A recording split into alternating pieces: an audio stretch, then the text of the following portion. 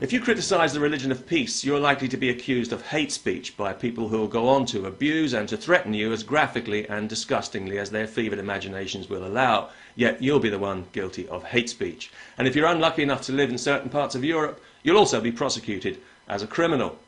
Anyone who thought that Denmark's experience with the cartoons might encourage that country to grow a backbone will be dismayed to hear that Denmark is the latest European country to persecute its own citizens for telling the truth about the religion of permanent offence. This week, Lars Hedegaard, president of the Free Press Society, is on trial in Denmark for accurately referring to the comparatively high number of family rapes in Islamic culture. As most people know, violence against women and girls is one of the things that make Islamic culture distinctly inferior to Western culture. Not different, but significantly less civilized. However, the Danish authorities would like people to pretend that Islamic violence against women and girls doesn't exist, because otherwise they might have to do something about it. And that's the last thing they want, because that would mean rioting in the streets and barricades and burning cars and all the rest of it. And Danish people travelling in Muslim countries might also be attacked and killed, so they'd rather pretend it isn't happening and criminalise anyone who says it is. It's much safer for them to victimise their own people, because they know there won't be any rioting and nobody will be murdered.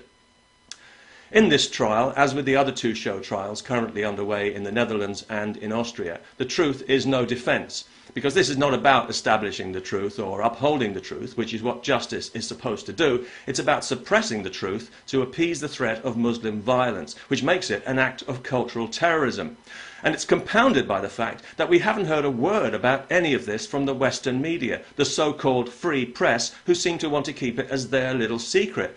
If not for the internet, nobody would even know this trial was happening, or the one in Austria for that matter.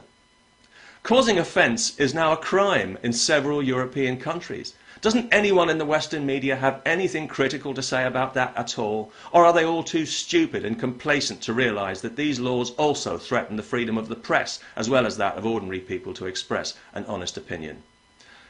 One of the most pernicious lies of our time is the lie that all cultures are equal, when they're clearly, visibly, provably, not even close to being equal. They're barely on the same planet as how unequal they are. But we walk on eggshells over this in the West because we're so riddled with post-imperialist guilt, which for some reason we've decided to regard as a chastening virtue and not as a crippling curse.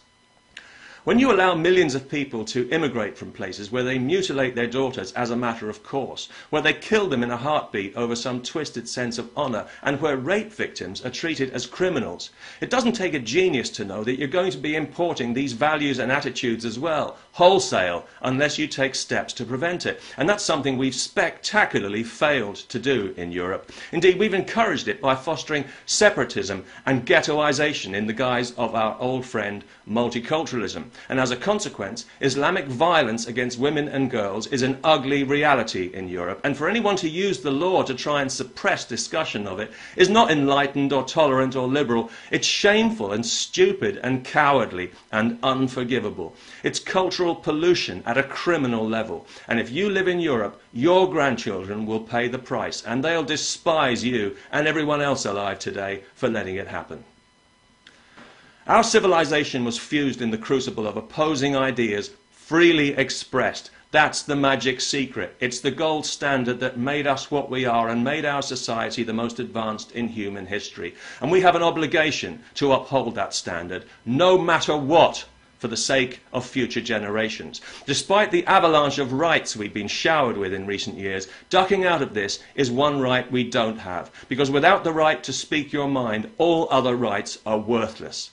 Free speech is not the property of this generation of spineless appeasers. It's as intrinsic and essential a part of our identity as the Quran is for Muslims, and nobody has the right to restrict it or to modify it, regardless of who claims to be offended. Anyone who insists on being offended is welcome to grow a thicker skin or go and live somewhere else. And if they don't like that, they can go to hell, and that includes all public prosecutors and the horse they rode in on. Peace. Can I say that?